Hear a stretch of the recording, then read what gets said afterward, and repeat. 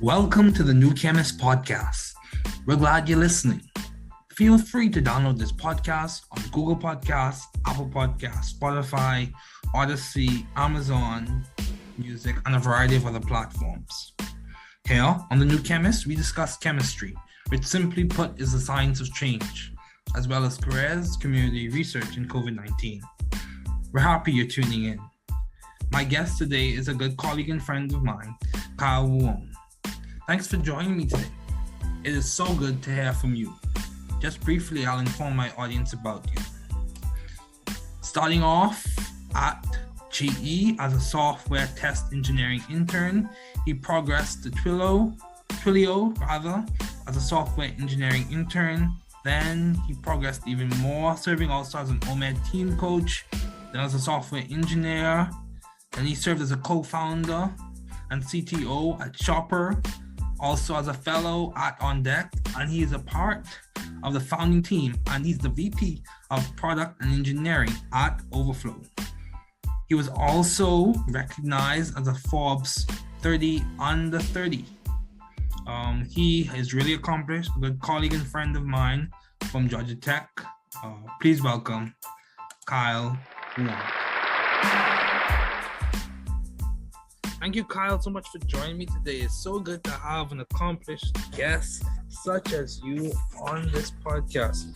Just before we begin, Kyle Wong is a Forbes 30 under 30 recordee, or he was recognized under Forbes 30 under 30, as well as he's a part of the founding team and VP of Product and Engineering at Overflow. He's very accomplished. He was one of my buddies at Georgia Tech. Person of color, served well. He's majoring in computer science. Really smart guy. Really good to have him as a guest. So as we get started, what would you say have been your long-standing interests in the field of computer science? Yeah, well, first of all, thanks for having me on the podcast. Super excited to be on here. And yeah, some of my long-standing interests in the field of computer science, like I can remember just being a kid. Maybe I don't remember the exact year, but whenever the iPod came out, I had to have this iPod, and just using it, I was intrigued. I'm like, how can I listen to music from this little device, right? And that has just always been interested in me, and how these products shape society. And so for the longest, I just always wanted to be an engineer at Apple. And so as I grew up and grew older, my parents noticed that I had kind of this knack for technology, and so they cultivated that through various summer programs and things like that. And that really helped expose me to the world of computer science, and how essentially you can tell a computer to do something, and even build businesses off of being able to code. And so that has always inspired me, and inspired everything I've done up until this point. Okay, yeah, that's good, man. That's good. So, what would you say? What led to your desire to work in the field of computer science? Was it your upbringing? Was it the school you went to? How did that desire come about? And you mentioned your parents cultivated it, but how did the desire come about? Yeah, I would say that the iPod, right? Seeing that, okay. And then just seeing all the cool things you could do about coding. There would be TV shows where people are fake coding, but it's just still that exposure. Yeah. And I just thought it was really cool. I've always been really good at math. Okay. Although computer science isn't at least software engineering isn't a lot of it. Some of it uses math concepts, but not on a day-to-day basis. I'm not using that, but I've just always been an analytical thinker. Okay. And so being analytical, and when thinking about career paths, when we were I want to say we got a computer at my home when I was maybe 6 or 7 years old. And so okay. My dad was always on the computer on AOL and stuff like that. And so this is new technology, and so I was just fascinated, and I just wanted to know how computers worked and all of that. And so just the plethora of exposure that I had from like having a computer at home and all those other things just really inspired me to want kind of like, oh, you can make a career by working on a computer. I thought that was cool. And then, look at it today, everyone uses computer for their day-to-day job, whether or not you're, a computer scientist or programmer, or even if you're, in business, like have a strictly business kind of role, like everyone uses a computer. And so I knew that's why I wanted to, be in this computer science field. Yeah, that's good. That's good, man. That's really good. So, that's really good. So you saw people using it. You had instances in your life where you had samples of those technologies. That's good. So, Kyle, my question to you, I think most people, when they see your LinkedIn profile, the question is, how have you been so successful? You were recognized by very notable magazine, Forbes 30 to 30. So, how have you done it? What has complemented to it? Can you describe to us the path to getting there? And how did you overcome the obstacles when you encountered them? And would you just share a brief story as to how did the academic path first, and then we can talk about the obstacles. So the academic path. Yeah. So the path. So when I went to Georgia Tech, so in the summer after my junior year, no, it was summer after my sophomore year of high school. Okay. I did this program at Georgia Tech through, it was called LEAD at the time. Now it's called Summer Engineering Institute. And I believe it's still around. Okay. And what they do is they bring about maybe like 30 to 40 minority students, Black and Latinx students from around the U.S. to Georgia Tech. And you're there for 4 weeks on campus. And essentially you're kind of like taking classes.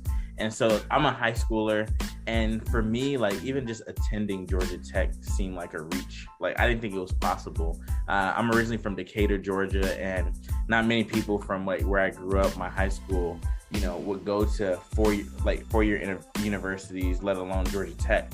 And so I had that exposure after my sophomore year of high school through that program, and they exposed us to not only like computer science, but also like chemical engineering, and it was more so like just about engineering. Like what are the different fields and paths you can take in engineering? And I always resonated with like the computer science kind of computer devices type thing. And so when I entered Georgia Tech, I started off as computer engineering major, and the difference between computer engineering and computer science is that computer engineering is more hardware focused, whereas computer science is more software focused. So I always thought I wanted to do hardware, but the curriculum at Georgia Tech for computer engineering was very electrical engineering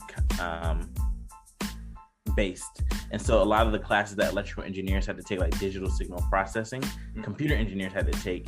And like I didn't really like the hardware classes. I always thought I would, but I didn't really enjoy them. I didn't do the best in those. And I had a friend that had an internship after his freshman year at Google in Mountain View, California, which is Silicon Valley.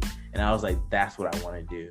So after my sophomore year, I didn't have an internship after my freshman year, but after my sophomore year, or during my sophomore year, I actually switched from computer engineering to computer science. And I had the opportunity to get an internship at GE in Salem, Virginia, it's a very small town. It was a cool internship, but I felt I didn't learn a whole lot. And I realized the next internship I wanted to be in the Bay Area, in Silicon Valley, because I just feel like that's the heart of technology. And so every year, Georgia Tech has a career fair, and they have one specifically for the College of Computing. Yeah. And so the year is 2014. I had gone to the College of Computing career fair before. Every big company you could think of is there. You have Microsoft, Google, the all these. Of Klaus? You said what? The lobby of Klaus? Exactly. Yeah, and Klaus. Yep. Exactly. Yeah. And so you have all these big tech companies, and you'll wait in line for like an hour because everyone wants to talk to these companies. You're missing class, and you'll wait in line for an hour. You talk to a recruiter for like maybe 5 minutes, then they just say apply online.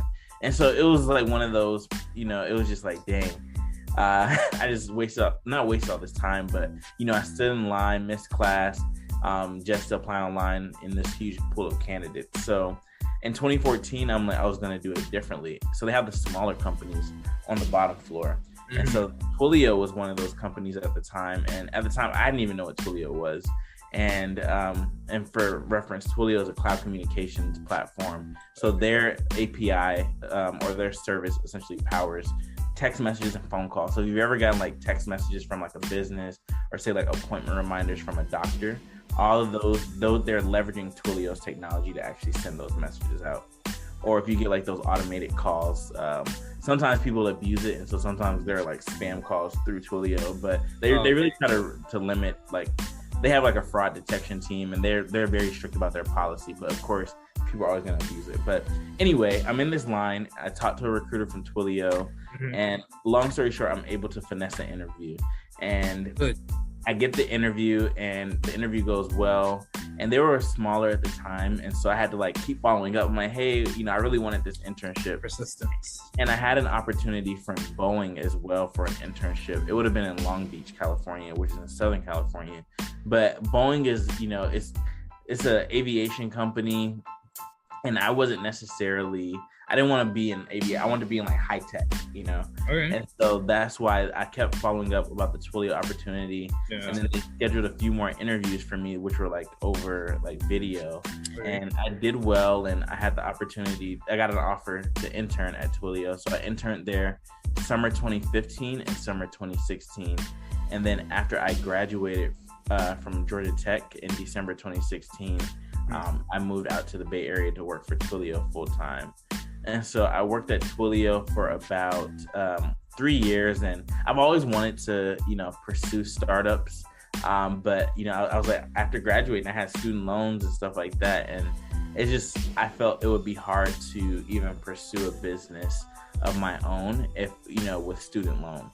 And so I'm like, okay, I want to get this taken care of. So I had the opportunity, through working at Twilio to like pay off my student loans. And then there came a time when I felt like I wasn't growing as much. And instead of like switching teams or like going to a new company, I'm like, this could be an opportunity for me to, start something of my own. I'm like, I'm young, I don't have any dependents. And so a friend of mine reached out to me about an opportunity that she was working on. It was her and her college roommate. It was very early. It was called Shopper. And they were looking for a technical co-founder.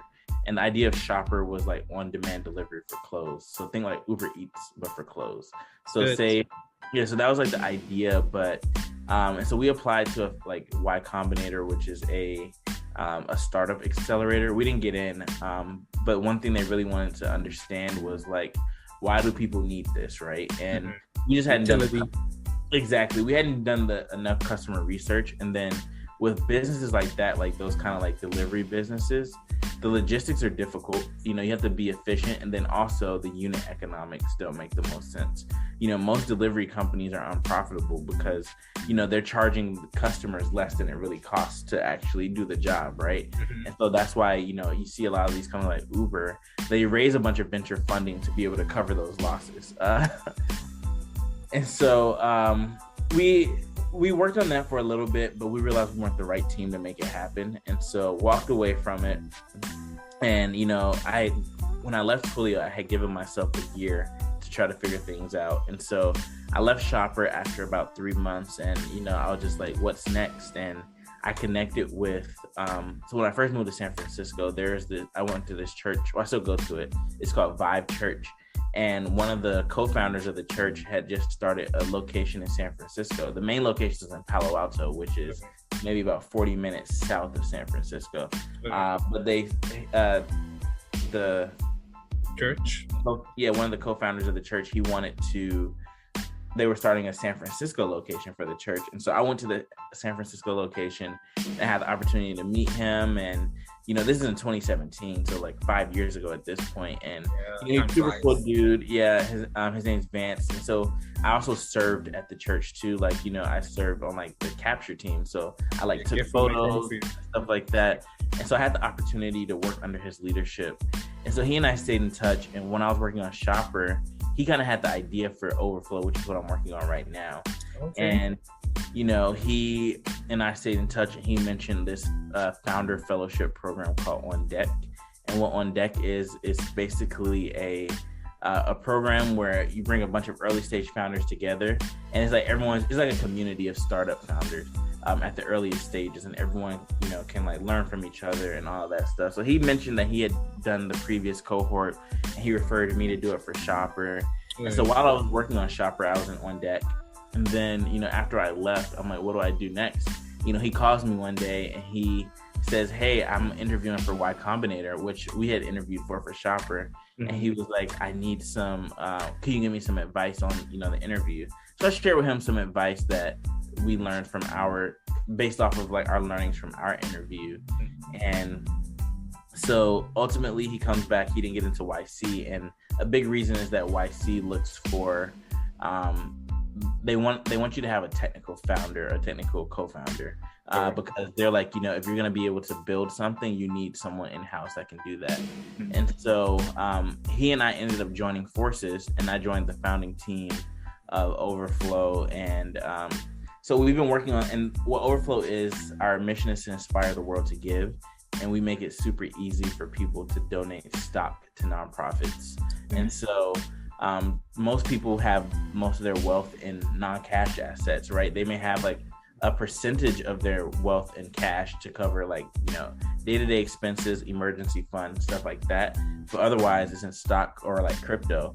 But most nonprofits are fundraising for cash, right? And so there's that misalignment. And with Vance being the CFO of the church, a lot of people that went to the church, they worked at tech companies like Google, Apple. And so majority of their wealth was in stock, and they were like, how can we give stock? And it just wasn't an easy process. Yeah. So that's how the idea came along. And then, I've also, when I was working at Twilio, I wanted to donate Twilio stock to the church, and, there's just like a cumbersome process. So I knew the pain point that he was looking to solve. And so it was just kind of like a no-brainer to work there or work together. But a huge thing I would say in my journey is just like that stepping out on faith, right? Yeah. Where I left Twilio and I had nothing, I'm like, all right, I'm starting this from nothing. I had given myself a year, and, Shopper didn't work out, and I'm like, what's next? But I eventually figured things out, and I landed on my feet, which was, a blessing in itself. And just, to get to the Forbes 30 under 30, it's just like a culmination of hard work. Like I always say, like I'm happy that I got that Forbes recognition. And I always say, like, a list doesn't define me, but it feels good to be recognized, right? Yes. And so, like, just seeing people, just working hard, building relationships with people have noticed, like, the work I put in. Like, I've tried starting businesses in the past, and I've done it all. And so it's just, this isn't, I think people are just now starting to notice me, but I've been doing the work, Yeah. So, yeah. Yeah, so you bring up a lot of good points. I'm glad you shared that story. So just to touch on it, I'll kind of go from where we just left off. You said people are just starting to notice you. Seeds are planted in the ground, but they have to become radical. The radical has to go down, then the plumule has to come up, and it has to shoot up to form the shoot, and then the radical goes down to form the root. So that's an analogy based on germination. We tend to not notice things until they have been developing or have developed to a very obvious level. So that's that. Also, you mentioned how the utility of the ideas came about through the needs in the environment. So the value proposition came about through the needs in the environment. That's good. And then a number of things. You said stepping out in faith. We could have a whole discussion on that right there, but that'll be another episode later on. Sweat equity in terms of your work experience. So it took time. In essence, it took time for you to achieve what you achieved and to develop the skills and acumen, the maturity, if I may say so, to really walk in the fulfillment of the ideas and promises and whatever the case may be. So that's good. That's really good. So how do you maintain a view of the bigger picture in your career and in your life in general? Do you have a faith perspective? What's the foundation on which you see your life, or the lens in which you see obstacles in your career and in your personal day-to-day living? Yeah, no, faith is it plays a huge role, especially when it comes to startups. Startups, they're, very fast paced. There's a lot of unsurety. or uncertainty. Uncertainty, yes. Yeah, that's fine. That's fine. I was like, what's Make the your word? own words. You've earned it. Yeah, Make your own a lot words. of uncertainty, right, in startups, and it's you're literally moving by faith, right? And you're like, this is our hypothesis. This is the world we see, right? We see a more generous world in the future, and it's like, how do we make that vision come to pass? And like in the day when you're in the day to day in the minutia, it's hard to like see the bigger picture.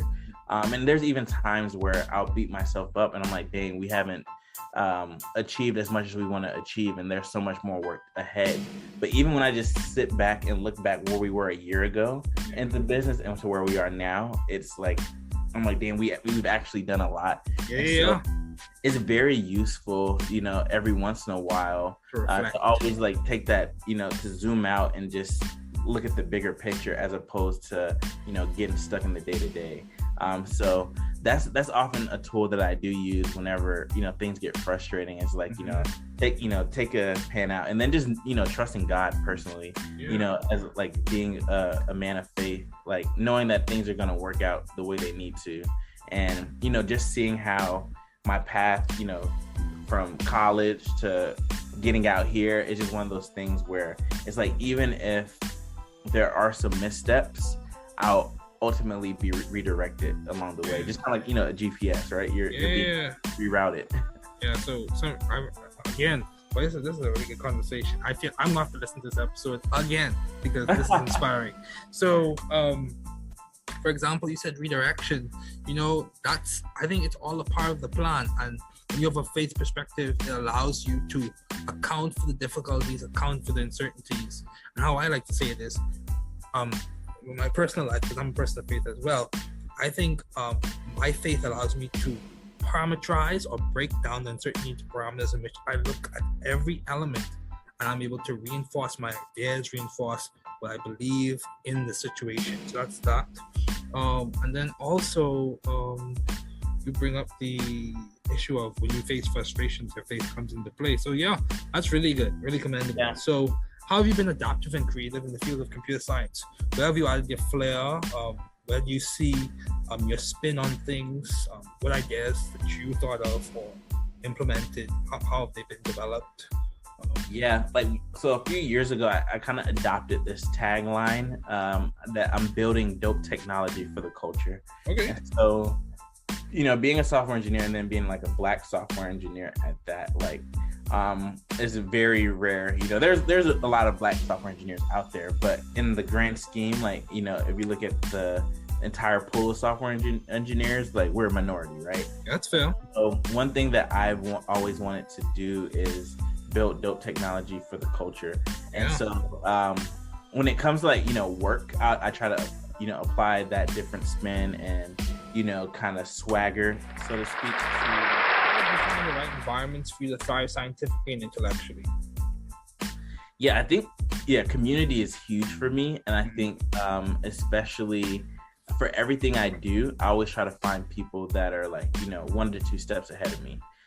That's able to kind of just help guide me. I'm able to learn from their experiences, their mistakes that they've made, and also their successes. And so that's huge for me. And then also just friends, so my best friends, they also went to Georgia Tech, and they're also out here and they're also in tech. And so, they're working at startups, at, tech companies. And so just being able to learn from their experiences, and then just being part of various communities. So the On Deck, that community has been huge in terms of just learning and growing, as well as this organization called Dev Color that I'm in, which is essentially a peer-based network for Black software engineers. One more time, can you repeat it? It's a peer-based network. Oh, peer. Yeah, peer, PER. Yeah. Okay. So peer-based, and so it's everyone's equal. And the cool thing about Dev Color is that the idea is they have this thing where they say you don't give advice, you share experiences. And so all of that stuff has been super helpful with me adapting to this industry. Good. And that's kind of the same approach that I've taken in the formation of the Chemist company. When it comes to pair advisors, It's not really advice, but sharing experiences, ideas. It's almost as if information synthesis is occurring. And that's it. So information synthesis, and then refining and distilling that so you produce a really good seminal product that's based off of scientific insight, business ideas, and hopefully some good reasoning. So that's good. Kyle, I would ask you this. Do you have any advice to those wanting to pursue the field you're currently working in?